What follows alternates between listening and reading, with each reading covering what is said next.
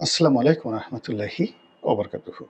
সম্মানিত দর্শক, বিলাতে প্রবাসী যারা বাঙালি রয়েছেন এবং সেখানকার রাজধানী লন্ডনের যারা বাসিন্দা, আওয়ামী লীগ করেন, জামাত করেন, বিএনপি করেন, তারা ডক্টর মোহাম্মদ ইউনূসের সাম্প্রতিক যে বিলেত সফর, সেই বিলেত সফরের ক্রিয়া এবং প্রতিক্রিয়া আগামী দিনে বাংলাদেশের রাজনীতিতে কতটা ইতিবাচক প্রতিক্রিয়া তৈরি করবে এবং কতটা নেতিবাচক প্রতিক্রিয়া তৈরি করবে। আবার যদি বলি, কতটা ইতিবাচক ধারা তৈরি করবে এবং নেতিবাচক প্রতিক্রিয়া তৈরি করবে, তা ইতিমধ্যে আপনারা বুঝতে পেরেছেন। আমাদের যে রাজনীতির সম্ভাবনা ছিল জুলাই আগস্ট বিপ্লব পরবর্তী সময়ে, এখানে অতিকথন, অতি আকাঙ্ক্ষা, সিদ্ধান্তহীনতা এবং যার যার অবস্থানে থেকে সর্বোচ্চ নিষ্ঠুর এবং অমানবিক আচরণ করার যে পরাকাষ্ঠা আমরা দেখিয়েছি, তার ফলে প্রকৃতি আমাদের প্রতি বিরূপ হয়ে গত ৩ থেকে ৪ মাস ধরে একের পর এক গজব আমাদের অর্থনীতিতে, জাতীয় জীবনে, রাজনীতিতে সব জায়গাতে চলে এসেছে। যেমন ধরুন, আওয়ামী লীগ সরকারের বিরুদ্ধে অভিযোগ ছিল তারা দুর্নীতি করেছে। ভালো কথা। গত ১০ মাসে কি দুর্নীতি হয়নি? আচ্ছা, আওয়ামী লীগ সরকার ভুয়া মামলা দেয়, আজগুবি মামলা দেয়, তারপর গায়েবী মামলা দেয়। এখন গত ১০ মাসে কতটা মামলা হয়েছে, কতজন আসামি হয়েছে, কতজন গ্রেপ্তার হয়েছে? এই মুহূর্তে বাংলাদেশে ২০০ এর উপরে উচ্চ পদস্থ সরকারি কর্মকর্তা কারাগারে আছেন, যেটি ইতিপূর্বে বাংলাদেশে, স্বাধীন বাংলাদেশে, এমনকি মুক্তিযুদ্ধের পরেও হয়নি। আওয়ামী লীগের যারা নেতাকর্মী রয়েছেন তার মধ্যে কেবলমাত্র সাবেক মন্ত্রী, এমপি, এদের সংখ্যা প্রায় ১.৫ শতাধিক জেলখানাতে আছেন। এরপর মামলা, শেখ হাসিনা ৩০০ থেকে ৪০০ হত্যা মামলার আসামি, তার সঙ্গে সঙ্গে অজ্ঞাতনামা আরও কত আসামি মিলিয়ে যে মামলাগুলো করা হয়েছে এবং এই মামলাগুলোকে দিয়ে যে বাণিজ্য করা হয়েছে এবং যে অর্থনৈতিক লেনদেন করা হয়েছে, কত মানুষকে বিদেশে পালিয়ে যাওয়ার সুযোগ দানের মাধ্যমে যে অর্থ লোপাট হয়েছে, দুর্নীতি হয়েছে, বড় বড় শিল্প গ্রুপের কাছ থেকে যে পরিমাণ অর্থ চাঁদা হিসেবে নেওয়া হয়েছে, এগুলোর ফলে কি হলো, পুরো সিস্টেমটা ভেঙে পড়েছে। এবং তার ফলে এই যে ডক্টর মোহাম্মদ ইউনূসের যে লন্ডন ভ্রমণ, এই লন্ডন ভ্রমণে প্রকৃতির যে বিচার, এই বিচারের একেবারে একটা জলজ্যান্ত উদাহরণ সরকার পেয়ে গেল, অর্থাৎ অন্তর্বর্তীকালীন সরকার পেয়ে গেল। তো এখানে আওয়ামী লীগ যে সুবিধাজনক অবস্থানে পৌঁছে গেছে, তা আমরা হাড়ে হাড়ে টের পাচ্ছি। দেশের মানুষ, বেশিরভাগ মানুষ আগেই ভালো ছিলাম এই স্লোগান তুলছে। বাংলাদেশের এই যে শাসনহীনতা, বাংলাদেশের এই দুর্বৃত্তপনা, শৃঙ্খলাহীনতা, অরাজকতা, কুশাসন, সব কিছুর জন্য এখন সবাই বলার চেষ্টা করছেন যে এই দেশে এরকম একজন লৌহ মানব বা লৌহ মানবী দরকার। তারা শেখ হাসিনার প্রশংসা করছেন। ফলে তার ১৫ বছরের জুলুম, অত্যাচার, নির্যাতন সব এই ১০ মাসের যারা কুশীলব, তাদের কারণে মানুষ ভুলে যেতে বাধ্য হয়েছে। ফলে তিনি টুস করে ফিরে আসছেন, আসবেন, কিংবা তার দলের মনোনীত প্রেসিডেন্ট আব্দুল হামিদ সাহেব দেশের বাইরে গেলেন, আবার ফিরে এলেন। এগুলোর সে গুরুত্বপূর্ণ খবর আর বাংলাদেশে নেই। হঠাৎ করে ওবায়দুল কাদের হাজির হলেন, বক্তব্য দিলেন, জাহাঙ্গীর কবির নানক বক্তব্য দিলেন। এগুলো কেন ডক্টর মোহাম্মদ ইউনূস, আসিফ নজরুল এদের বক্তব্যের চাইতে গুরুত্ব পাচ্ছে? এখন সরকারের এমন কোনো ব্যক্তি কি আছেন যার বক্তব্য শোনার জন্য মানুষ উদগ্রীব এবং পত্র পত্রিকাগুলো স্বপ্রণোদিত হয়ে এই সরকারের কোনো কর্তা ব্যক্তির বক্তব্যকে লাইমলাইটে আনেন, ট্রেন্ডিং করেন? এটা তো আমরা দেখছি না। ফলে কি হলো, এই সরকারে যারা লোকজন রয়েছেন তাদের গ্রহণযোগ্যতা, তাদের যাকে বলা হয় গ্রহণযোগ্যতার পাশাপাশি তাদের যে নেম ফেম, এটা এমন একটা তলানিতে পৌঁছে গেছে যে ওই জায়গাটিতে বারবার আওয়ামী লীগের নাম আসছে। বিকল্পভাবে আমরা যেভাবে বিএনপির নাম গত ৩-৪ মাস আগে নিতাম, জামাতের নাম নিতাম, এনসিপির নাম নিতাম, সেই নামগুলো ক্রমশ ক্ষীণ থেকে ক্ষীণতর হয়ে যাচ্ছে, দুর্বল থেকে দুর্বলতর হয়ে যাচ্ছে। 0+0+0 এইভাবে যদি ১ লক্ষ বা ১ কোটি শূন্য যোগ করেন, ফলাফল 0। আর যদি ১ কোটি শূন্য গুণ করেন, ভাগ করেন, যা কিছু করেন না কেন, ফলাফল 0। ফলে কি হলো, বর্তমান যে মহাশূন্যতা তৈরি হয়েছে, বিগ ব্যাং তৈরি হয়েছে, মহাশব্দ তৈরি হয়েছে, সেই শব্দের মধ্যে সরকারের সকল কর্মকাণ্ডই রীতিমতো শূন্য হয়ে যাচ্ছে, জিরো হয়ে যাচ্ছে। তো 3-0 থিওরির পিতা, the father of 3-0 theory, doctor Mohammad Yunus, তো তিনি যে ইংল্যান্ডে গিয়ে আওয়ামী লীগের কৌটিল্যের রাজনীতি, দিল্লির কুটচাল এবং বিলেতি বুদ্ধির খপ্পরে যে তিনি পড়লেন, এবং সেই খপ্পরে পড়ার কারণে কি হলো, তিনি তার সরকার যে বিব্রতকর অবস্থার মধ্যে পড়লেন, যে সমালোচনার মধ্যে পড়লেন, এর ফলে আলটিমেটলি কিন্তু বিএনপিরও লাভ হলো না, অন্য কারোর লাভ হলো না, আওয়ামী লীগের লাভ হয়ে গেল। আওয়ামী লীগের লোকজন যথেষ্ট, যাকে বলা হয়, খুশি। এখন বাংলাদেশে ডক্টর ইউনূস সাহেব এসে তিনি হয়তো আরও 10 জন আওয়ামী লীগের লোকে গ্রেপ্তার করতে পারেন, আরও 10টা মামলা দিতে পারেন, ছ্যাঁকা দিতে পারেন, যেভাবে সাধারণত আমাদের দেশে হয়।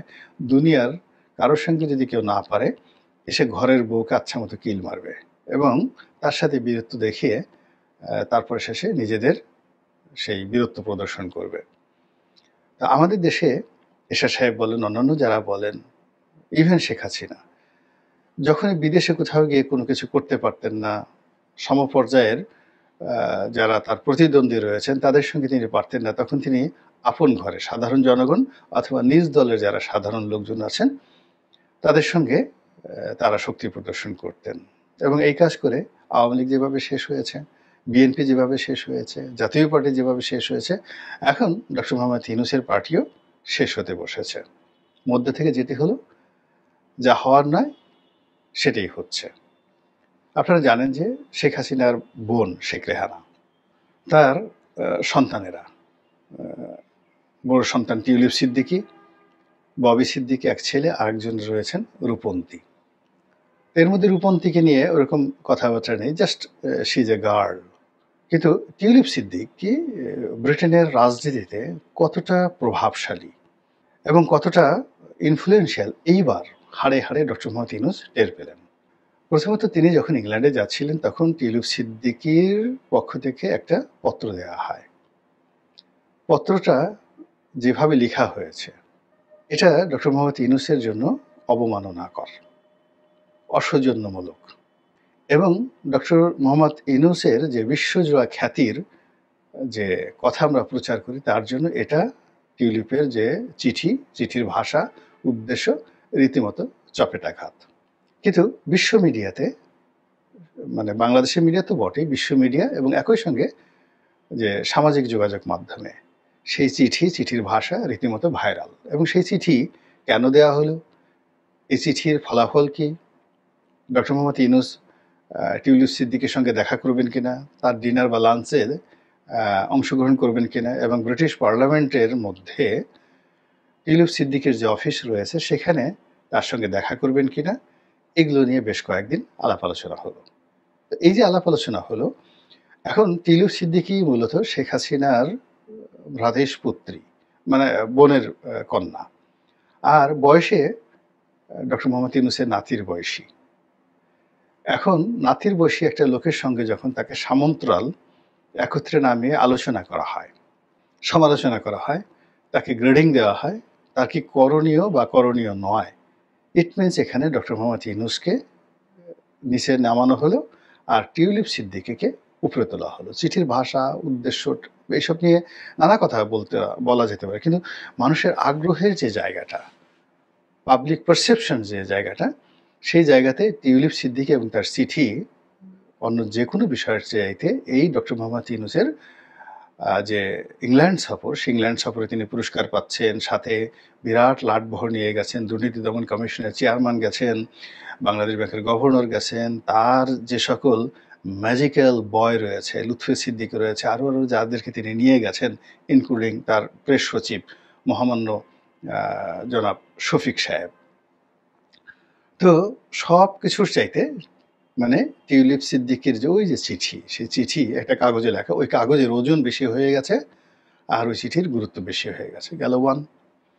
সেকেন্ড থিং হলো ডক্টর মোহাম্মদ ইউনূস সেখানে গিয়ে তারেক রহমান সাহেবের সঙ্গে দেখা করবেন। লন্ডনে যত গুরুত্বপূর্ণ তার যে কর্মকাণ্ড তিনি বলছেন, প্রচার করছেন তার যারা লোকজন, তার মধ্যে জনগণ মনে করছেন যে এইবার তিনি যদি কোনো গুরুত্বপূর্ণ কাজ করে থাকেন সেটা তারেক রহমান সাহেবের সঙ্গে বৈঠক, এটি হবে তার জন্য সবচেয়ে গুরুত্বপূর্ণ বৈঠক। এবং এখানে এই বৈঠক নিয়ে আমি আলাদা ভিডিও করব, যা ঠাট্টা হচ্ছে, মস্করা হচ্ছে। সেটা হলো বিএনপি প্রথমে রাজি হয়নি, খালেদা জিয়ার কথা মতো বিএনপি রাজি হয়েছে, নির্দেশে রাজি হয়েছে। তারেক রহমান সাহেব প্রথমে এই বৈঠক সম্মতি দেননি, পরবর্তীতে তার মায়ের নির্দেশে তিনি রাজি হয়েছেন। এই গেল এক বক্তব্য।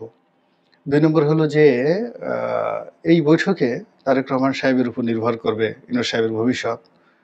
আবার এখন অনেকে বলছে যে তারেক রহমান সাহেব যদি এই মুহূর্তে তার সাথে দেখা না করেন তাহলে তারেক রহমান সাহেবের জন্য একটা বিজয় হবে আর ইউনূসের জন্য একটা উচিত শিক্ষা হবে। তো এই কথাগুলো আপনি চিন্তা করেন, একজন নোবেল লরিয়েট মানে তার জন্য কতটা অবমাননাকর। এরপরে যেভাবে তাকে শো করা হয়েছে ইংল্যান্ডে, তাকে তারপরে অং সান সুচিকে, দুজনের নোবেল লরিয়েট, এই দুজনকে একেবারে হাস্যকর ব্যক্তি হিসাবে, ঘৃণিত ব্যক্তি হিসেবে, নিন্দনীয় ব্যক্তি হিসেবে আওয়ামী লীগ যেভাবে উপস্থাপন করেছে এবং ব্রিটিশ জাতি এটা যেভাবে উপভোগ করেছে। আপনারা তো জানেন যে সাদা চামড়ার যারা মানুষ তাদের মধ্যে অহংবোধ থাকে প্রবল এবং তাদের মধ্যে র্যাসিজমটা খুব বেশি। তো ইংল্যান্ডের লোক, আমেরিকার লোক, তারা সবসময় মনে করে যে আভিজাত্য তাদের জন্য, রাজসিংহাসন তাদের জন্য, তারা রাজার জাতি। আর এই আমরা যারা আছি, আমরা নেটিভ প্রজা, তাদের যাকে বলা হয় অনুগ্রহ লাভ করাটাই হলো আমাদের মূল বিষয়। ফলে আমরা যত আগ্রহ নিয়ে, আন্তরিকতা নিয়ে পশ্চিমাদের সঙ্গে সম্পর্ক করতে চাই, এতে করে পশ্চিমারা মনে করে যে এরা সত্যি আসলে চাকরের বাচ্চা চাকর। এদের সেই চাকর হওয়ার বা কৃতদাসের যে মনোভাব, এটা এখনো যায় নাই। কবে তাদেরকে শাসন করেছি, সেই 1947-এ ছেড়ে এসেছি, আর এখনো এরা আমাদের পিছনে সেই নিন্দিত প্রাণীর মতো জিহ্বা বের করে আমাদের পিছনে ঘুর করতে থাকে। এটা পশ্চিমারা মনে করে। যাই হোক, তারপর আমরা সেই পশ্চিমাদের তাবেদারি হতে পছন্দ করি, পশ্চিমা পোশাক পরতে পছন্দ করি, পশ্চিমা খাবার পছন্দ করি, পশ্চিমা মিডিয়া পছন্দ করি, নানা রকম। তো সেই দিক থেকে ডক্টর মোহাম্মদ ইউনূসের এই যে ইংল্যান্ডের এই সফরটি, সেই সফরে তিনি পুরস্কার নিতে গেছেন, কিন্তু ইংল্যান্ডের লোকজন মনে করছেন যে আমরা একটা পুরস্কার দেব, ওর সম্মান নাই, মর্যাদা নেই, আমাদের এই পুরস্কার নিয়ে ও ভাব দেখাবে। দেখেন, সেকেন্ড থিং হলো যে ওর অভাব হয়েছে, ইমেজ সংকট হয়েছে। ইমেজ এই সংকট থেকে বাঁচার জন্য সে একটা পুরস্কার নিতে এসেছে। থার্ডলি হলো যে এই যে নোবেল টোবেল যে সমস্ত পুরস্কার পশ্চিমারা দেয়, এটা মূলত তাদের নেটিভ তৈরি করার জন্য। এরকম একজন নেটিভ সেখানে এসেছেন। তারপরে আবার অনেক সাধারণ আমজনতা, এটা হলো রাষ্ট্রীয় পর্যায়ে, আমজনতা মনে করে যে নোবেল পুরস্কারের মতো গুরুত্বপূর্ণ পুরস্কার এটা পশ্চিমাদেরই প্রাপ্য। এশিয়ার যাদেরকে দেয়া হয় এগুলো ঠিক হয় না, এই কি একটা লোক তাকে দিছে না দিছে। ফলে কি হলো, এই ডক্টর মোহাম্মদ ইউনূসকে নিয়ে, অং সান সুচিকে নিয়ে যখন আওয়ামী লীগ ঠাট্টা করেছে, তাদেরকে নেতিবাচক ভাবে উপস্থাপন করেছে, বিভিন্ন বিলবোর্ড তৈরি করেছে এবং চলন্ত সেই কভার ভ্যানে সেই বিলবোর্ড স্থাপন করে তারা পুরো লন্ডন শহর ঘুরেছে। ওটা দেখে ব্রিটিশ পুলিশ মহা খুশি যে না, এবার একটা কাজের কাজ হয়েছে, নোবেল পুরস্কার ফুটাও, বা মানে আমরা আঞ্চলিক ভাষায় যেটাকে বলি পুরস্কার মারাও। তো এই জিনিসটা তারা তো ওই বাংলায় এভাবে বলতে পারেন না, তারা জাস্ট চিয়ার্স করার জন্য আঙ্গুল উঁচু করে ছবি তুলে সেটা তারা তাদের যে খুশি এটা তারা দেখাচ্ছেন। তো এই জিনিসগুলো ইতিহাস হয়ে থাকবে। এই জিনিসগুলো ইতিহাস হয়ে থাকবে এবং এই যে কাজগুলো, এই কাজগুলো নিঃসন্দেহে আওয়ামী লীগের যারা ব্রেইন, মিডিয়া সেল, প্রচার সেল, তারা এই কাজগুলো করেছে। এগুলো তো বিএনপি করেনি, জামাত করেনি, এই কাজগুলো করেছে।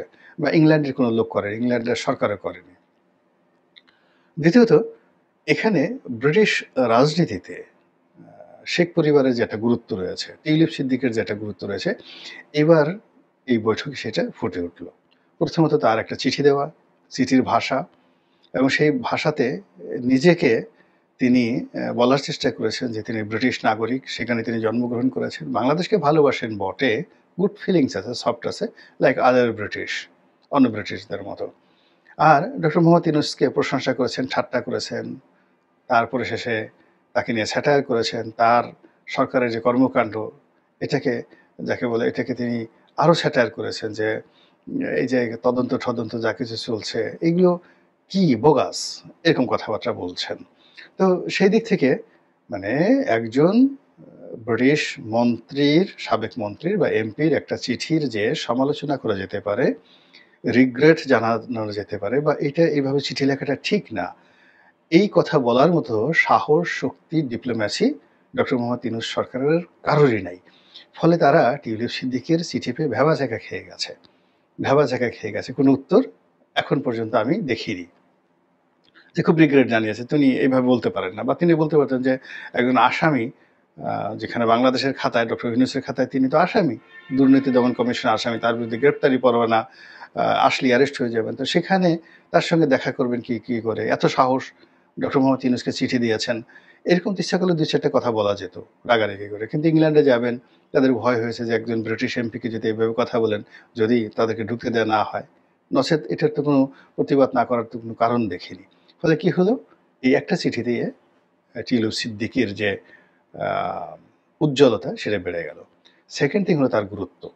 তিনি যে ব্রিটিশ পলিটিক্সে তার লেবার পার্টি, তাকে সেখানে তিনি খুবই গুরুত্বপূর্ণ অবস্থানে আছেন, তার প্রমাণ হলো যে ডক্টর মোহাম্মদ ইউনূসের মতো লোক, আমরা যেটা বিশ্বাস করতাম যে তুড়ি মারলে তিনি ফ্রান্সের প্রেসিডেন্টকে বাংলাদেশে ডেকে আনতে পারেন, তিনি তুড়ি মারলে সংযুক্ত আরব আমিরাতের প্রেসিডেন্ট বা প্রধানমন্ত্রী তার কথায় সব কিছু করে দেয়, তিনি তুড়ি মারলে সেই আমেরিকা কাঁপতে থাকে, হোয়াইট হাউসে দরজা খুলে যায়।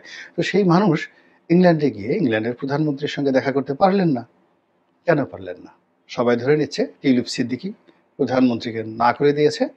সত্য মিথ্যা আমরা কিছু জানি না, কিন্তু পাবলিক পারসেপশন যে ডক্টর মোহাম্মদ ইউনূসের এত ক্ষমতা, যেখানে ব্রিটেনের রাজা তাকে ডেকে নিয়ে আলাদা পুরস্কার করেন, সেখানে সেই রাজার অধীনস্থ একজন প্রধানমন্ত্রী তার সঙ্গে দেখা করেন না। আপনি বুঝতে পারেন যেখানে কন্ট্রাস্টটা কি, সিরিয়াস কন্ট্রাস্ট। এবং এই কন্ট্রাস্টের মধ্যে যে কথাটি বলা হয় যে যেহেতু লেবার পার্টি সরকার, প্রধানমন্ত্রী সেই দলের, এবং সেই দলের একজন সাবেক মন্ত্রী এবং বর্তমান গুরুত্বপূর্ণ সংসদ সদস্য, তার বন্ধুত্বের কারণে, অর্থাৎ যিনি এখন প্রধানমন্ত্রী রয়েছেন মিস্টার স্ট্রমার, তার সঙ্গে তার টিউলিপ সিদ্দিকের ব্যক্তিগত বন্ধুত্ব, যেটা প্রধানমন্ত্রী স্বীকার করেছেন যে তার সঙ্গে আমার খুব ভালো বন্ধুত্ব রয়েছে।